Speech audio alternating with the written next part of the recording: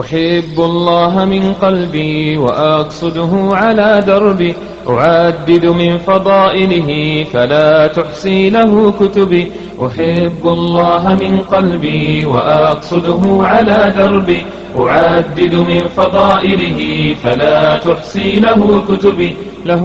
أسماؤه الحسنى معانيها بلا ريب له الآيات شاهدة على حكم له تنبي له أسماؤه الحسنى معانيها بلا ريب له الآيات شاهدة على حكم له تنبي على حكم له تنبي أدقق في خلائقه فأشهد أنه ربي فيعلم كل خافية ويسمع نبضة اللب أدقق. الحمد لله والصلاة والسلام على رسول الله وعلى آله وأصحابه الأخيار وعلى التابعين لهم بإحسان إلى يوم الدين وبعد. waxaynu ka hadlaynaa khudbadda mabda' muhiima oo mabaadida islaamka ka mida oo dadkana in badan oo ka mida ku adag ilaa cid ilaahay uu ilaaliyey mooyaane nebiguna ku dhaqmay ummaddiisana dhaqan uga dhigay oo ah in ilaahay la raali geliyo subxaanahu wa tacaala inaan dadka lagu raali gelinin wax ilaahay ka cadhoonayo. waxaynu u noolahayna inaynu ilaahay raali gelinno wey. nebi maxamed calayhi salaatu wasalaam iyo asxaabtiisiina ilaahay wuxuu ku ammaanay darajada u sarraysay gaadheen inay ahayd radia allaahu canhum waraduu canhu ulaa'ika xisbu llaahi alaa ina xisba allaahi hum lmuflixuun. weli ilaahay oo dhammaystiran saasaa lagu noolaa. masaladaasi waxaynu usoo qaadanaynaa masale adag weeye marka iimaanku daciif. ilaahay in la raaligeliyo waa la gaadhaa, waa ka asxaabtuba inay gaadheen rabbi xusay subxaanahu wa tacaala. waxaana lagu gaadhaa diintiisoo la dhaqangeliyo iyo nebigiisoo lagu dayda calayhi salaatu wasalaam iyo manhajka samaawigoo la raaco. laakiin lama raali gelin karo dadka. ma suuragal aha qofku hadduu is-idhaahdo dadka raaligeli inuu raaligeliyo. xataa nebiga oo ku xukumaya xaqa raali ka noqon waayeen. dadkao dhan ma wada raaligelin karo qofku. imaamu shaafici raximahullah xikmadaha laga dhaxlay ayaa waxaa ka mid ahaa maqaalad buu ku dhawaaqay midh caanana way noqotay. in saaxiibkiiya buu la hadlayo waxau idhi رضا الناس غاية لا تدرك وطلب الدنيا لا تدرك ليس إلى السلامة من الناس سبيل فانتظر فيه صلاح نفسك فالزمه ودع الناس وما هم فيه. سفيان الثوري نوي هذا ويدي بالله المقالة لكن سيدة الراجحة وإنه إمام الشافعي رضا الناس غاية لا تدرك. dadka inaad raali geliso waa hadafaan meel aan la gaadhayn weeye. wa dalabu dunyaa laa tudrak, adduunyada inaad ka sal gaadhas doonideedana ma la gaadha buuri siduu nebiguba sheegay calayhi salaatu wasalaam. dadka inaad ka nabad gashana waddo looma hela buuri. inanow ninkii uu la talinaya ardaygiisaa fandur maa fiihi salaaxu nafsik, ku dadaalun waxaad ku hagaagayso oo ku dheganow wadaci nnaasa wamaa hum fiihi, dadkiiya waxay wadaanna iska daabu laakiin ha u ciirin xumaantooda. sidaasi baa rasuulka sala allahu calayhi wasalam ka sugnaatay. caaisha radia allaahu canha waxaa waraaq u soo qoray madaxweynihii muslimiinta casrigiisii joogay mucaawiya oo isba asxaabi ahaa. caaisha waxa uu ku yidhi an iktubii lii kitaaban tuusiinii fiihi walaa tukiri calay. waa xaaskii rasuulka sala allahu calayhi wasalam oo fatwada bixinaysay jawaabaha diiniga asxaabtii iyo cid waliba weydiinayeen ayaa inuu wuxuu doonay ka shidaal qaato oo ka faa'iidaysta mucaawiya. markaa wuxuu ihi hooye waxaad ii soo qortaa dardaaran nabiga iga siinaysa hana igu badinin inuu qalbiga ku qoyaa buu doonayaa xadiithii waa isbuu asxaabi laakiin way ka cilmi badan iyaduna warqad bay soo qortay waxay leedahay salaamullaahi calayka amma ba'd salaan kadib nabi maxamed waxaan ka maqlay xadiidkan mal iltamasa rida allaahi bisakhat innaasi kafaahu allahu mu'anata annaas qofka ilaahay raali geliya isagoo dadkaba ka cadhaysiinaya ilaahay baa kaga filaada iyaga waman iltamasa rida annaas bisakhat illaah wakalahu allahu ila annaas qofka ilaahay ka cadhaysiiya isagoo dadka raali gelinayana ilaahay isaga iyagu ku haleeya bal waa kuwaase waxa ku tareen buu dhaada marka jarbay kala dhacaan sidaa daraadeed ayaa arintaas waxay noqotay mabda aad u muhiim ah oo nabigu dacwadiisa uu ku soo bilaabay calayhi salaatu wasalaam markii uu tanaasuli waayey in badan loogu yeedhay baadilkii rasuulka sallallahu alayhi wasallam ayaa waxay soo adeegsadeen gaaladu waxyaabo badan bay mareenoo waxay yidhaahdeen isku daalnay in badanna adeer waynu isjiijiidanayni malaha waxa wanaagsan daalacnaasil inaynu samayno adiguna diintaada ka soo yara dabacdo annaguna sanamyaasha iyadaanu ka soo dabacno meel dhex aynu isugu nimaadno waa ka qur-aanka ilaahay kaga warramaya nabiga la hadlaya le wadduu low tudhinu fayudhinuun waxay jeclaadeen inay soo yara dabcaan adiguna aad soo dabacdo ولا تطع كل حلاف مهين هماز مشاء بالنميم مناع للخير معتد عتل بعد ذلك زنيم ها أقبل سديدا تلمامضة كلبا الهو مركاسو لهاي سديد تلمامضة حنحن وضد نمائي الديني أخلاق بكحب لهاي الشاقة وحي سؤالك سيدان مركا أديركي أبو طالب وحي لبالينا كالله هذا الويبتلايسية هاي ورجال القبائل ومركي أرداغ الله سو ديري جري إلا وران جري هلا إرقايو هلا مصلح والكاسوي ما وحد الديت الكادر وكاعوه بل ما دي يرون كدنت آد بعض وقت كاتاي مركا رسولك صلى الله عليه وسلم انتو سي أداغ أديركي ولا هضي أو كحشون جري ودي الله صفنا يا وحد هذير هدي قرح دانا صور ديغان ميديك تيدا ضيحنا بيدحدا كما تناسل يا شيغان aan wade wax kala sheeg markuu arkay inuu ka dhabiyo oo ku adkaystay ayaa wuxuu waayahay saacada laga bilaabo adaan kula safana si aad doonayso u sheeg mabdiisi kolku ku adkaysto ku ixtiraamay gaaladu qofka muslimka kolkay arkaan inaanu tanaasuleynin dawladda iyo shacabba way tixgeliyaan ay arkaan waxaan inuu ka dhabiyo ciyaaraanu ka ahayn sidaas oo kale ayaa rasuulku sallallahu alayhi wasallam أصحابتي سناي كبر برتاجناين أيامها أتكا سعد بن أبي وقاص وكم إذا هرجي جنة اللوجو بشاري هرينا وإسلامي سجنا وحلو سؤالك سده هو يدي مركي أركينا إيراني كان لنا عدم بو ينفوتشنا يا واحد بدتك كحيسنا يا سعد أيا واحد يدي بكسوك حيين وأوتي ما واحد تلهدان محمد يدين تيسي سكدينين وحباب عوني ما يهوي قال شعبان ودي منايا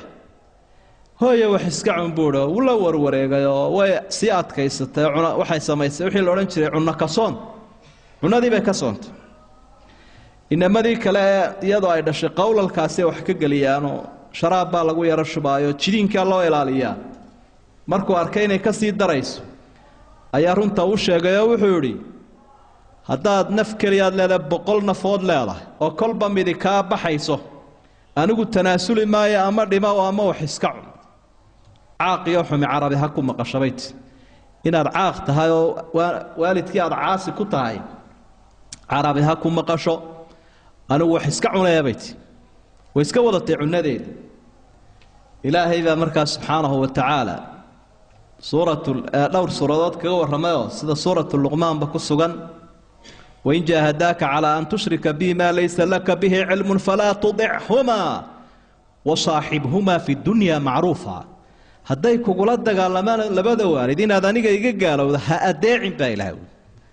quraanku in badan buu ka hadlay waalidka ha la adeeco laakiin marka ilaahay ka calaysinaya ilaahay wuxuu yiri aniga iraali galiyo isaga ka calaysiyo ha adeecin wasaahibu ma fi dunya macruufa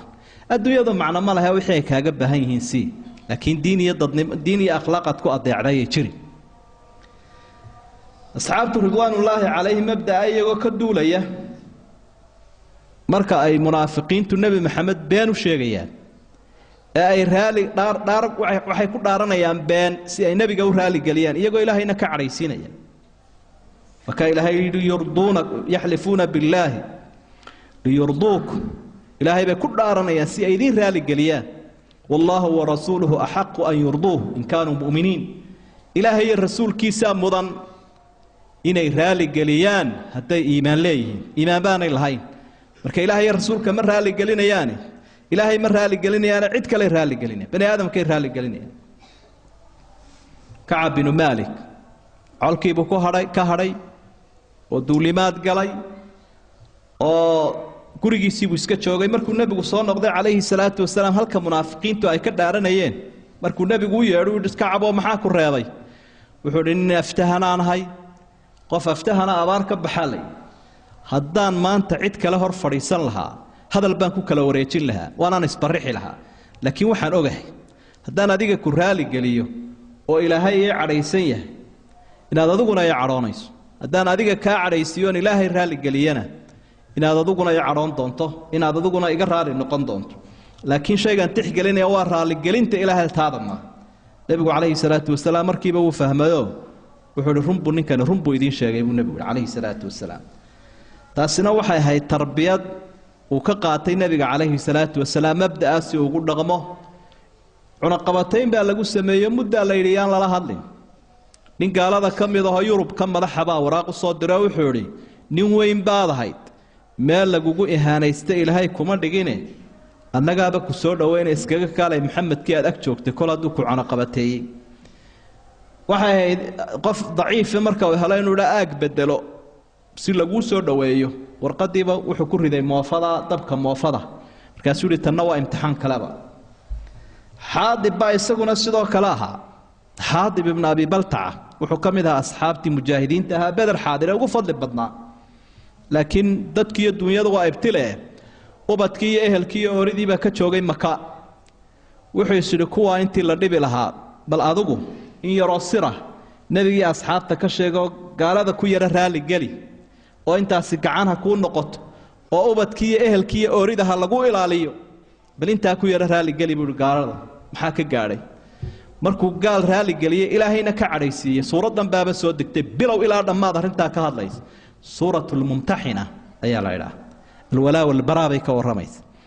ceebtu ninkaasi ku dhacay bay sawiraysa digniin baa la siinaya dadka muslimiinta ah suuratulmumtaxina yaa ayuha aladiina aamanuu laa tattakhiduu caduwii wacaduwakum awliyaa ilaa aakhiri xaadib laakiin wuxuu isku dabaqabateeyey markuu nebigu u yeedhay calayhi salaatu wasalaam ee uu helay warqaddii sirta ahaydna gabadhu u dhibay laga soo reebay ayaa uu weydiiye wuxuu yidhi nebi allow been kuu sheegi maayo run baan kuu sheegayaa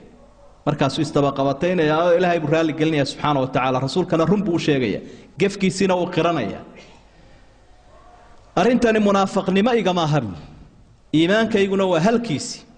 laakiin itaaldarraa xaggaa igaga dhacday ehelka oo cid baanan ku lahayn maka dadka kale soo qaxay ehel baa u jooga ubadkii iyo ehelkii u ilaalinayay anigu qoladaasaan iskala aalay marka waxaan doonay inaan intaa gaalada ku yara raaligeliyaan doonaye imikana toobad keenaya iga aqbal sidii baa toobaddii laga aqbalay laguna badbaadiyey cumar oo yidhi aan dilo munaafiqa iska daa buu rasuulku sala allahu calayhi wasalam hadduu ilaahay raaligeliyo run sheegay sidaasibaa ay ku noqotay gaayatu nnaas rida nnaasi gaayatun laa tudrak laakiin ilaahay raaligelintiisa subxaanahu wa tacaala mid la gaadhayo weeye aadna way muhiim tahay waana waajib weeye dadkuna had iyo jeer si aynu arkayno waxay isku dayaan cidda ay maslaxad ku qabaan ama cidda ay xidhiidh adag la leeyihiin ama ay duunyo ka danaynayaan inay raaligeliyaan iyagoo in badan aanay eegaynin inay ilaahay raaligeliyaan waxaynu arkaynaa marka sida waalidkii loola dhaqmay ee qabaa'ilkii ay ula dhaqmeen nebiga iyo asxaabtu ee qiyaadadii iyo hogaamintii ay ula dhaqmeen saasuu ku tarbiyey nebigu sidaasaanay ahaayeen salafuna saalix dadkii wan wanaagsanaa iyo culimadii iyo akhyaartii oo rasuulku wuxuu yidhi sala allahu calayhi wasalam akbaru jihaad kalimatu xaqin cinda sulطaanin jaa'ir kelmad xaqa oo qof xadgudbayoo mas-uula agtiisa laga yidhaa loo caddeeyo lagu qanciyo lagu joojiyo waxa weeye jihaadka u weyn buu rasuulku sallallahu alayhi wasallam salafuna saalix culimadoodii iyo cubaadoodii iyo acyaantoodiina saasay dadka mas'uuliinta ahay marka ay gafayaan ugu naseexayn jireen uguna joojin jireen xaq si ay ilaahay u raali galiyaan qofkana haba xanaaqo ninka la oran jiray Umar ibn Hubayra waxa uu ahaa ninkii Ciraaq u qaabilsanaa Yazid ibn Muawiya markuu madaxweynaha madaxdii Ciraaq buu ahaa madaxda Ciraaqna hadiya jeer Ciraaq hawl badnaa daraadeed adayg baa lagu yaqaano nin adag baa loo diri jiray sidii Xajaaj ba loogu diray Yazid ibn Muawiya mala amaru soo bixiyay adag oo qaar kood culimada iyo ka cawdeen dadkii muslimiinta meesha joogay culimadii Ciraaq ayuu u yeeray ninka bada saabka ahaa ee la oran jiray Umar ibn Hubayra rag u yeeray waxa kamid ahaa Xasan al-Basri iyo Imaam al-Shacbi labada taabiciye waaweynaa buu yeeray marka wuxuu dhigay madaxweynaha amaradan uu soo bixiyay way taxtawi ala dhulm hal yunafidha am la